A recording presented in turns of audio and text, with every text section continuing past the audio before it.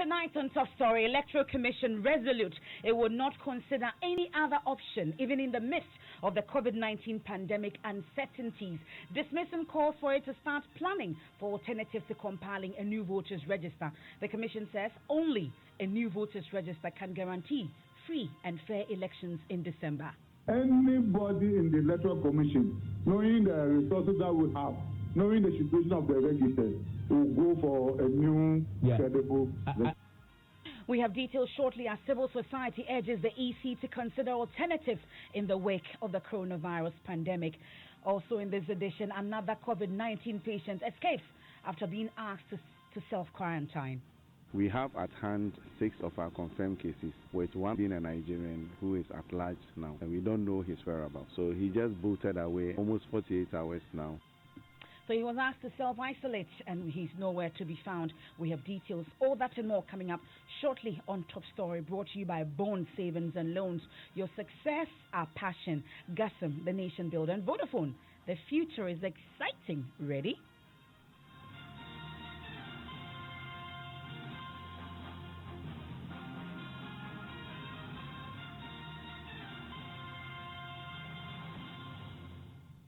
And tonight, the Electoral Commission is saying that there cannot be credible presidential and parliamentary elections in December without a new voters register. The EC has since last year drummed home the need for a new register, insisting the current one is bloated and not fit for purpose. The coronavirus pandemic halted discussions around the compilation of a new voters register, but there's course to resurrect it. Director of Electoral Services at the EC, Dr. Srebo Kweku, says the compilation of a new register will happen if the health experts give the green light. He spoke on PMXS with Evans Mensah. Listen to the conversation. So if you look at our initial program, even when we planned that we're going to start the registration in April, we have arranged and planned that we'll have our exhibition in September, meaning that from April up to I think middle or somewhere in September, they are all part of the registration process. Then by law, we can do nomination not less than 90 days to the election day, which was the 7th, and not less than 30 days. So we decided initially that we would then go by the 30 days, meaning that we were going to receive nomination in somewhere in October. All these timelines are still there. And we are convinced that if the COVID and our experts and stakeholders will agree with us, that we can roll out our registration. We have up to the end of July to compile the register. We will do the printing of the registers, do our exhibition in September, we'll have our nomination in October, and we can have the election in December. So I think we still have enough time to go around our activity. And quickly, the CI, does it state that only the Ghana card and a passport are the 2 documents needed for registration? And guarantors. And guarantors. Exactly. Now you have to wait also for the National Identification Authority to also finish its registration before you can start yours. It is not the only requirement. If you don't have the passport, if you don't have the Ghana card, the guarantors can do it for you. That's why we have now increased it from 5 to 10. Meaning that one person can guarantee for more than 5 as used. In the midst of all this uncertainty, is the Electoral Commission thinking about alternatives to a new voters register? I don't know the alternative that you as in, for example, Mr. Lesebebe has suggested that simply go by the limited registration to capture those who just turned 18. There will be registration. Say that again. So still there will be registration. If you have to go by the alternative that you are talking about, still there will be registration. Yes. But that will be a limited one, not the changing the entire register. But there will be registration. Okay, but so either we do a new registration or we do limited registration, there will be registration. Good. So I guess the question is that in play? Is that something you are considering also? No, we have passed that argument. I know. I mean, I'm not asking you whether. I'm just asking in the midst of COVID-19. I'm saying that the Commission has passed that argument. As far as the Commission is concerned, we are saying that we can only ensure credible register with a new register. Okay, but that brings back my question, and this is relevant, if you may. in the midst of the uncertainties brought on by COVID-19, nobody knows when this is going to pass. Is the EC at least now reconsidering that and saying, in a push come to shove, we will have to shelve this and just do limited? Is that something you're considering? Then can I also ask a question? Please do. In the phase of the COVID-19, are we also thinking of not having election 2020? I don't know. I mean, it's something that the Electoral Commission has to do. Anybody in the Electoral Commission, knowing the resources that we have, knowing the situation of the register, will go for a new credible. I totally get that, but I don't know if you can answer me. Is there a thinking around what if?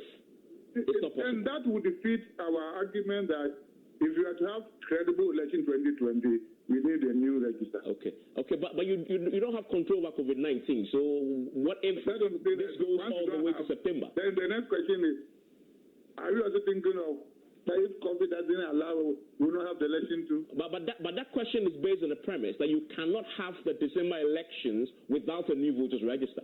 That's the premise that you are basing that question on. But that premise cannot be. The Electoral Commission knows and thinks that there should be a new credible register before we go to the election.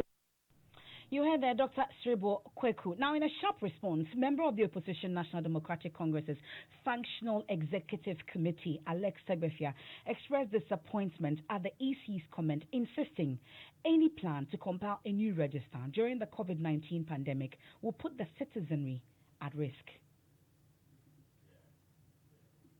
We'll hear from Mr. Alex Segbefia shortly, but we can hear from a Director of Advocacy and Policy Engagement at the Center for Democratic Development, Dr. Kojo Pumpunia Sante, on the issue. I penned an article this week where I looked at two main scenarios. The first one anticipates the Electoral Commission starting the registration process in May, and actually giving the current extension of the ban on social gathering and so on. It means that certainly it will not happen anytime in April. If anything will happen, it will start in May. Now, as far as I know about the registration process, it takes about 44 days for the Electoral Commission to be able to try and collect the biographical data and the biometric data of a potential 17 to 18 million people. So using 8,000 registration kits, that would be about 3 months to do that compilation of the register. So that would put us around July, maybe even August. Because if it's done within a COVID context, then it means that the Electoral Commission has to be properly geared with PPEs and so on and so forth, and you have to observe all kinds of social distancing. That will slow down the process. Of course, this would be also informed by having turnout issues. I mean, if there's high turnout, then it will stand. If there's low turnout, maybe it might reduce the time. So that's your second best scenario that you can work with. If you are not able to start in May and you have to start in June, then for me, I think we need to consider alternatives, because then it really, really narrows the time frame for finishing with the register, taking nominations, campaigning, and the rest of the electoral calendar. It really makes it tight. I've heard people raise the possibility of a constitutional crisis if the COVID-19, God forbid, stays with us for at least even 6 more months. It could be disastrous. You are a lawyer as well. Have you spent any time processing this, what this will mean for December 7th? Yes, I think many lawyers, administrative, constitutional lawyers, are looking at the options. I think in parliamentary systems around the world, it's probably easier to postpone elections hours makes the tenure of the president, fixed. There is really no wiggle room within the constitution to alter that. Even if you go with Article 298, which is the residual powers that are given to Parliament, it might be interpreted to be inconsistent with the constitution. So, people have proposed that maybe there's a pathway through Article 113 where a dissolved Parliament is actually recalled, and then they say with 3 months where the Speaker is acting President to hold an election with these funds. Now, this is something we've not explored, and it might require a Supreme Court interpretation, for some who might challenge it, and so on. So, in all of this, I think it's just prudent for everybody, state entities, for governments, for stakeholders, media, everybody to think ahead. Scenario planning. You might not need it, but you just want to be prepared so that you don't get a constitutional crisis or a governance crisis, and add to the problems of dealing with a public health situation like we have currently. You have to continue to even coordinate the response to that pandemic. So I think it's very, very important for us to really look at all of these, just like the finance minister is looking at the economy. Other people are looking at other impacts of the COVID-19. We need to plan, because if you have joblessness and people can't do anything and they're hungry and so on, you have chaos on your hands.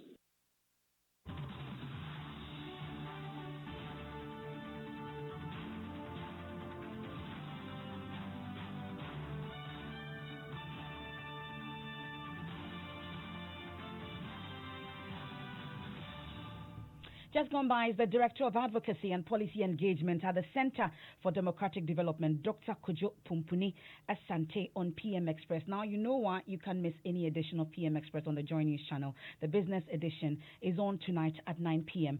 So that's the conversation, and that's the EC's position. There cannot be a credible presidential and parliamentary elections in December 2020 if a new voters register is not used. Let's speak to the General Secretary of the NPP, Mr. John Bwedu. We're grateful for your time here on Top Story. So this is the latest position of the Electoral Commission. I must also add that they are waiting for the green light from the health experts. Then they can start the process. What is your immediate reaction to this latest position from the Electoral Commission? Frankly speaking, I didn't get the full import of the position that you espoused. If you can quickly take me through, I'll be so happy. So, in summary, I was very good in summary. And he says, Dr. Strebo Kweku, in an interview with my colleague Evans Mensah, mentioned that the current voters register that we have, I'm sure you know the debate around the voters register prior to the COVID-19 pandemic. So he says there cannot be a credible presidential and parliamentary elections in December 2020 without a new voters register. However, they are waiting for the green light from health experts in the country. Then they can start the process, so we don't have what we saw with the NIA during the registration in the eastern region. And I'm asking for your immediate reaction to this position. I think that all of us are waiting to see an improvement in our measures that we've put in place to contain the pandemic. And any attempt by any institution take any action will be dependent on that. So all of us are waiting. For instance, we just had a National Steering Committee, and based on the restrictive measures put in place by the government, of which the deadline will be 26 April. We expect that by which time there's an improvement on the containment of the pandemic, so as for us to decide the way forward for ourselves as a party. So I think that Electoral Commission, NIA, and all other institutions will also be waiting to hear from government and from the health aspect. So I think that is in order.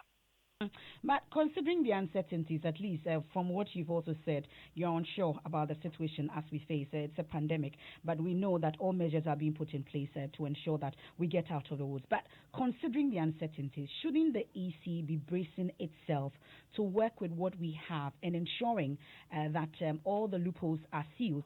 And then also there are also suggestions that they should consider alternatives rather than wanting to compile the register as they planned to do? I think that the EC is in a very difficult corner. But they must think outside the box because they have a mandate to deliver. They have a mandate to ensure that by 7th December, they organize successful elections that have integrity. This is where we are. This is a challenge we are having. A lot of countries have postponed their elections. But just yesterday, South Korea managed to organize an election that the turnout even is higher than even normal periods. And they put in place proper social distancing arrangements and protocols that ensure that they do not endanger their citizens.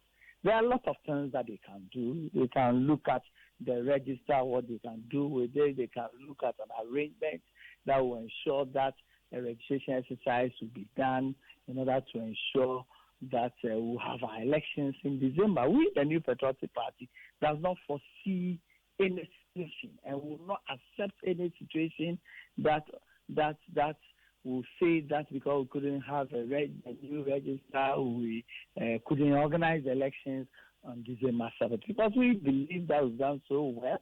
Our presidential candidate, our president, and our government has done so well, and we don't want any constitutional crisis. We don't want the mandate of this government to be extended by even an hour. So I think that we all need to put our wheels and our efforts together to help the Electoral Commission to think and come out with some measures that will protect our people and also allow them to meet their constitutional obligation.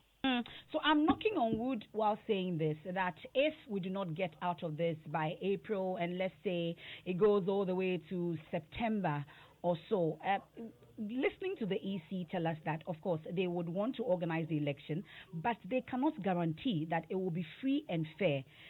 Should you not be worried about that? Because it looks like we are going into it knowing that it will not be free and fair.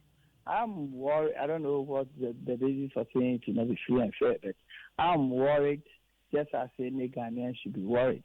But my point is that if an election can be held with a register, or if we are projecting that, assuming we have a register that is credible, we can hold elections on December 7th. It means that we can have an arrangement to have a register that is credible before the elections.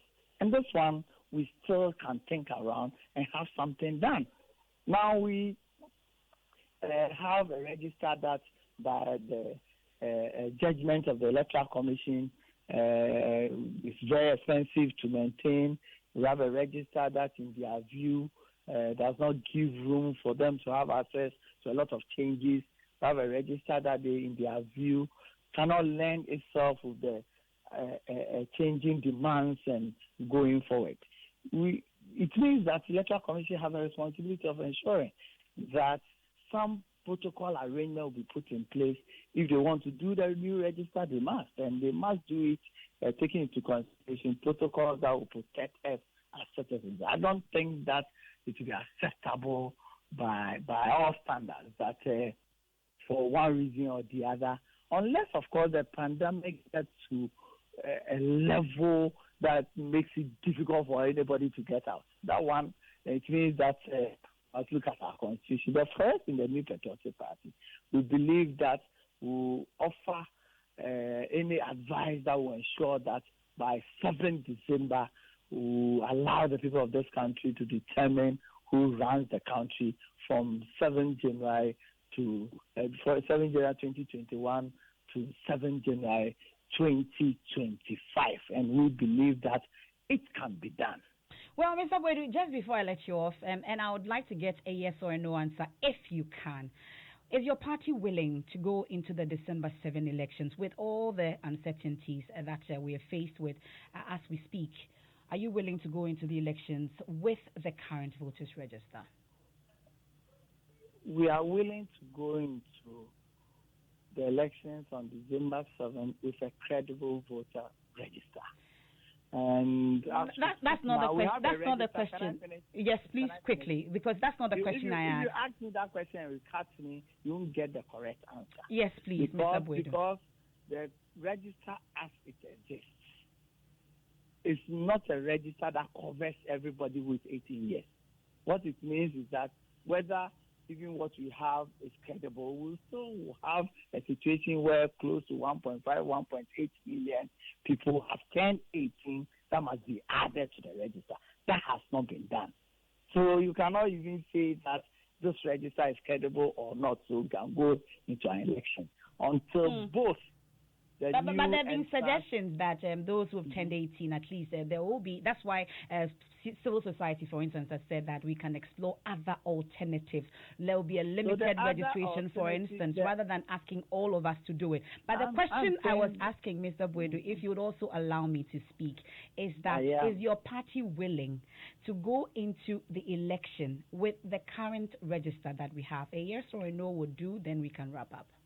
We don't have a current register. A current register for an election in December comprises what we have and the prospective 1.8 million people to be added on it.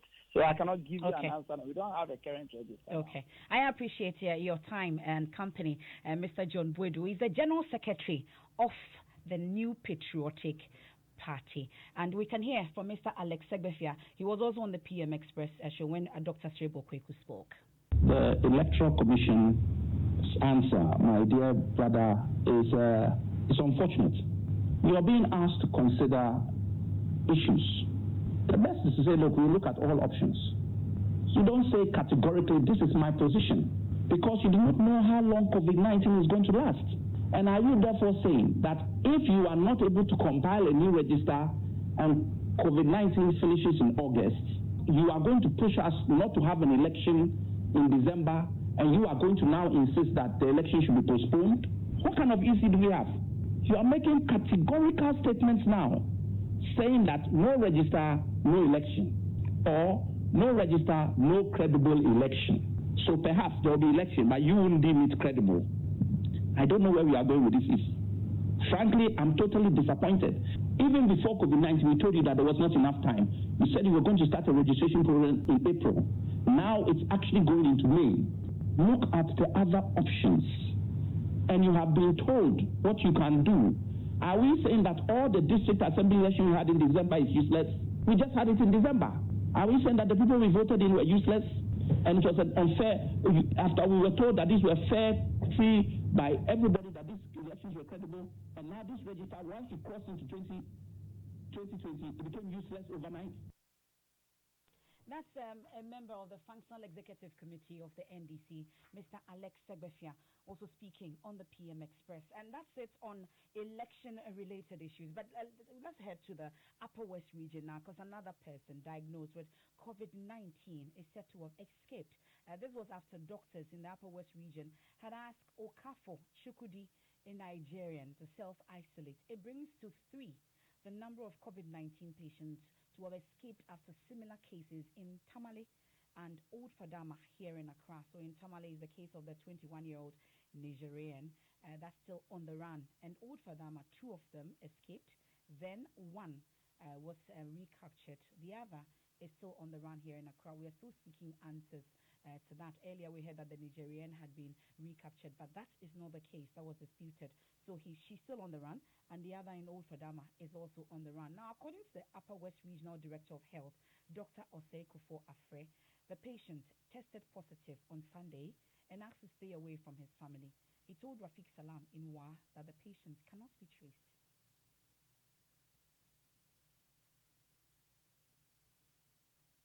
About 4 days ago, our number of confirmed cases for Upper West region increased from 1 to 7. We realized that 5 out of the new cases were people who came in from abroad and joined us, including one Nigerian who also joined and is tested positive. The other one came from Western region to our region to increase our numbers to 7. But unfortunately for us, one of our confirmed cases cannot be traced, having given him his feedback on his test results, and it's been very difficult trying to reach him. So currently, as I talk to you, we have at hand 6 of our confirmed cases, with one of our confirmed cases being a Nigerian who is at large now, and we don't know his whereabouts. He was supposed to do a self-quarantine. We went to even assess his locality, and his environment really is not a good environment that can be allowed for self-quarantine. So this is somebody that we need to self-isolate in our isolation center. So once we were able to give information to him that he's tested positive, and as such, he didn't even give us the opportunity to even discuss the next line of care that can be administered to him. So he just bolted away, and for a long time, almost 48 hours now, it's very difficult to locate him. So that's Dr. Osekufo Afre. He's the Upper West Regional Director of the Ghana Health Service. The Upper West Regional Commander of the Ghana Police Service, DCOP Francis Abuaji-Nyako, says they've launched a search for the patient. He's hopeful Simon Chukudi will be rearrested. We are looking for the suspect. We visited his locations and possible places that we've been told he's been visiting. But as of now, we've not been able to locate him. But we are confident that we'll be able to locate him. So that's DCOP Francis Abuaji-Nyako. Let's get a quick update on this from our Upper West Regional correspondent, Rafiq Salam. Rafiq, tell me the situation has changed. Change in the Upper West region here. People in the one municipality are still scared to the marrow regarding the man who has been tested positive, who is currently at large. And so people are really not comfortable about the situation because from the look of things, the man a couple of days ago went to public places, including restaurants, and so people are really scared about what is really happening. And he's still on the run? He's still at large, and then the police are saying that they have already launched a search party for him, and they are hopeful that he will be arrested because they are thinking that he's no more in Wa. Because Wa is a small place and everybody knows the other. So the term they have already used is that how can an elephant hide in the bambara beans? He can't run anywhere. They will arrest him. And you say that this happened today at dawn? No, what actually the police, the information that I got is that the man got missing a couple of days ago because one of the leaders of one of the members of the regional epidemic team said that he met him at a restaurant and then told him that, asked him whether he wasn't the one that they have asked to do self-quarantine, and they quickly asked him to go home. So when he went home, a team of policemen and other people went there to take him to the regional hospital where he will be quarantined. It was there that they went and then met his absence. And so he has missed him for the past couple of days.